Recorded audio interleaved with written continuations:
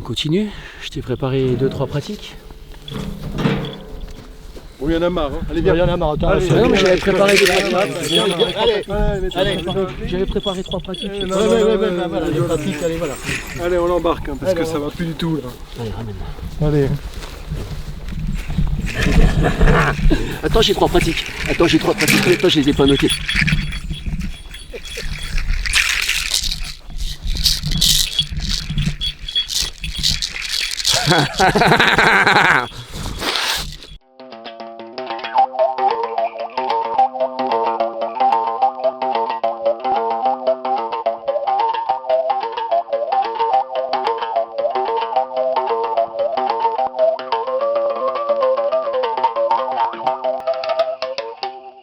Il y a une déesse dont j'ai oublié le nom en Inde, c'est magnifique. Elle a un temple tellement merveilleux que dans son temple, t'as pas le droit de balayer, t'as pas le droit de nettoyer. Parce que on rend grâce aussi à la saleté, on rend grâce aussi à toutes ces choses-là. Je prends du galon. Merci. Je te propose 3 choses maintenant à faire. La première chose, du côté artistique, je vais te parler de certains, c'est les acteurs. Pas les comédiens, pas ceux qui jouent la comédie. Est-ce que je joue la comédie? Purée, j'espère que je ne joue pas la comédie. Mais des acteurs. Je rends hommage à mon ami, je le nomme, Pierre Talaron, qui un jour m'a dit, lui il travaille avec des acteurs, m'a dit je ne travaille pas avec des comédiens, j'aime pas les gens qui jouent la comédie. Je travaille avec des acteurs, ce sont des gens qui posent un acte en conscience dans l'espace sacré de la scène. Ma proposition, c'est que dans les 5 jours qui suivent, l'espace sacré de la scène, c'est ta vie. Et poser un acte, tu as posé un acte d'acteur, c'est-à-dire tu peux endosser un personnage. Quelqu'un comme Louis Sanza, il raconte ça. Il raconte qu'à un moment, quand il se sentait un peu perdre la morale, il disait « Ok, je perds la morale en moi ». Il allait dans une église, il s'habillait en prêtre, et il allait bénir tout le monde, et il allait faire la morale à tout le monde. Quand un jour il se sentait un peu rigide, il s'habillait en flic, il allait faire la circulation. Voilà. Tu trouveras ce qui est bien pour toi. Pour, peut-être pas des choses aussi compliquées, mais pendant ces 4-5 jours, trouver au moins une occasion de prendre la place d'un acteur. On dit ça des acteurs, ils ont 1000 vies, ils peuvent jouer tous les rôles. Et à la fois, ils s'identifient au rôle et à la fois pas tout à fait. Ça m'intéresse ça aussi. Ça m'intéresse que quand tu joues le rôle, à un moment tu le joues vraiment, mais tu sais que tu joues un rôle.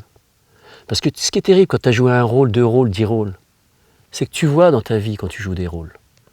Tu peux jouer, moi je peux jouer au rôle du père, je peux jouer au rôle du compagnon d'eux, je peux même jouer au rôle du chaman ou du heyoka, mais je sais que c'est un rôle. Et tant qu'à le jouer, autant le jouer le mieux possible. Tant qu'à le jouer mon rôle de père, mon rôle de compagnon, mon rôle de heyoka, mon rôle, ok, le mieux possible. Mais je sais que c'est un rôle. Je sais que je ne suis pas que cela, qu'il y a quelque chose d'un peu plus profond. Et si tu joues jamais de rôle, si tu es juste un monsieur et une madame professionnels, tu sais, quand on te demande bonjour, présentez-vous, et que tu dis ton métier, ok, mais si tu sais que c'est un rôle, tu le fais du mieux que tu peux, mais tu n'es pas ton métier, tu n'es pas ta fonction. À force de jouer des rôles, il y a quelque chose qui peut émerger, c'est le témoin du rôle. C'est celui qui est vraiment. Je te laisse expérimenter. C'est le premier jeu dans les 4-5 jours qui suivent. Peut-être le deuxième rôle,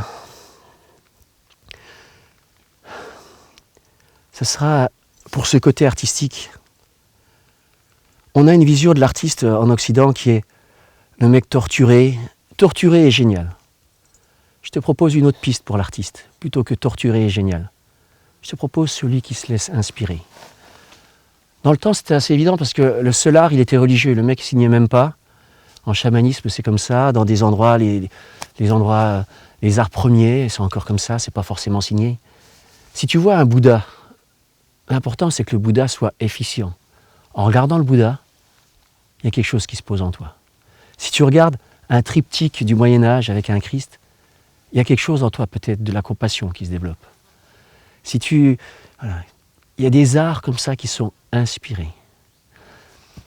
Je pense à cette phrase de Gita Malats dans Dialogue avec l'ange. Elle dit « Et ils encensent ceux qui devraient encenser ». Elle parle de tout le monde, de toi, de moi, de notre société du spectacle, qui encense les artistes, alors que les artistes sont peut-être juste là pour rendre grâce à la vie, pour rendre grâce... Peut-être, je te gratte le pied là, ça ne te gêne pas? un peu, pardon, pour rendre grâce à tout ce qui se passe et rendre grâce à la vie. Merci aux artistes qui savent rendre grâce à la vie et qui, comme les chamans, deviennent creux pour se laisser inspirer. Et c'est ma deuxième invitation. Dans les jours à venir, prends un petit temps. Un petit temps pour toi, pour devenir un tout petit peu plus creux. Tu peux au départ passer par une phase de catharsis, comme moi, tu te roules par terre, ça sert à rien. Ça sert à rien, juste que, voilà, on a ouvert des vannes, et après on voit ce qui vient. Comment puis-je être le canal où quelque chose s'exprime par moi? Quelque chose de beau, quelque chose d'unique, quelque chose de moche, quelque chose de différent, quelque chose de singulier. On voit des fois dans les arts premiers, dans les arts primitifs, des choses comme ça qui s'expriment. Et il n'y a pas besoin qu'il y ait un nom, et il n'y a pas besoin que ça vale des milliers de dollars. C'est la spontanéité de l'enfant. C'est pas me filmer. C'est la spontanéité de l'enfant. L'enfant qui est créatif, il peut avoir ça. J'aime bien aussi quand Picasso il dit ça, il dit aussi « J'ai mis toute une vie pour apprendre à dessiner comme un enfant ». Et je crois pas qu'il parle d'avoir régressé. Il parle juste de ce moment où il a été... Voilà, il prend une feuille, tu demandes à un enfant de 3 ans « Vas-y, dessine, t'as des feuilles, t'as un stylo ?» Ouais, c'est parti. À 7 ans, ça se complique. À 7 ans, que ce que vont dire papa-maman, à 7 ans, est-ce que la maîtresse va bien aimer, Mais quand je suis tout petit, j'ai une feuille et des stylos et ça dessine. Donc l'invitation, sans jugement, tu ne le montreras à personne. Prends un tout petit temps pour toi, pour te laisser inspirer, pour te laisser traverser. Comment on fait? On fait que ça ne vienne pas du mental, tu écoutes le corps, tu écoutes l'inspiration, tu mets une chanson, tu mets quelque chose qui va t'aider. C'est un petit chemin à trouver, c'est un petit chemin à essayer. C'est pas grave. Puis la dernière chose, la dernière proposition que je te fais, la dernière pratique que je te fais, c'est typiquement une pratique de yoga. Je vais te raconter comment je l'ai vécu, moi, par exemple. Dans un musée d'art contemporain, dans un endroit que j'aime beaucoup, musée d'art contemporain, bonjour.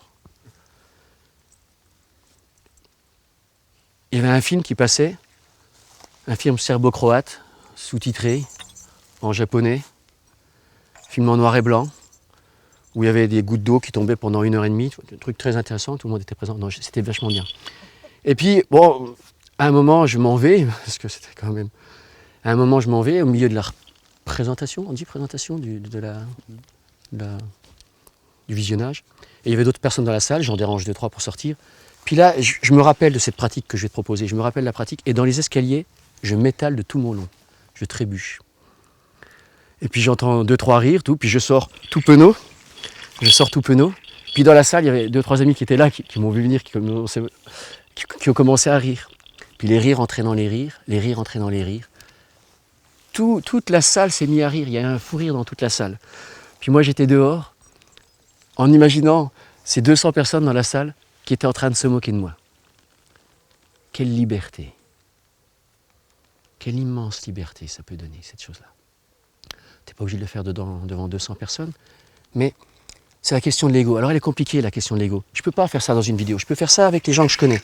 Parce qu'il y a des gens, ils ont tellement besoin d'avoir confiance en eux, ils ont tellement besoin d'être reconnus, que ça va être un travail nécessaire. Et si tu fais des choses qui te permettent d'être reconnu, c'est super. Et puis il y a des gens, quand ils sont un petit peu reconnus, ils ont les chevilles qui enflent. Nous on peut pas parce qu'on a des trucs comme ça. Si on peut. On peut. Tu vois, j'ai des grelots, c'est pour pas que les chevilles enflent. C'est pas du tout pour ça. C'est pas du tout pour ça. Mais une fois que tu as construit un ego, pas avant, il y a un en deçà l'ego et un au-delà de l'ego. Une fois que tu as construit ton ego, ta personnalité, c'est pas mauvais. Tu as besoin d'exister. Un gamin de 8 ans, un gamin de 12 ans, un gamin de 15 ans, quelqu'un qui a eu des trucs compliqués, que tu puisses être fier de toi. Merveilleux. Trouve un chemin où tu es fier de toi.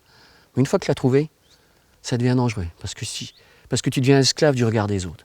Alors, à ce moment-là, si tu sens que dans ta vie, en ce moment, tu en es à ce moment-là, si tu sens que quand même, ça fait 2 mois que tu écoutes les formations e-learning, et puis que tu commences à penser que tu es un grand chaman, alors fais le truc que je te propose. Tu vas dans la rue, tu vas dans le bus, tu trébuches. Tu vas chez ta boulangère habituelle et bam, tu te payes la porte vitrée. Et puis tu laisses les autres rire, puis toi tu t'en vas penaud. Et ça te donnera une grande liberté. Bon voyage.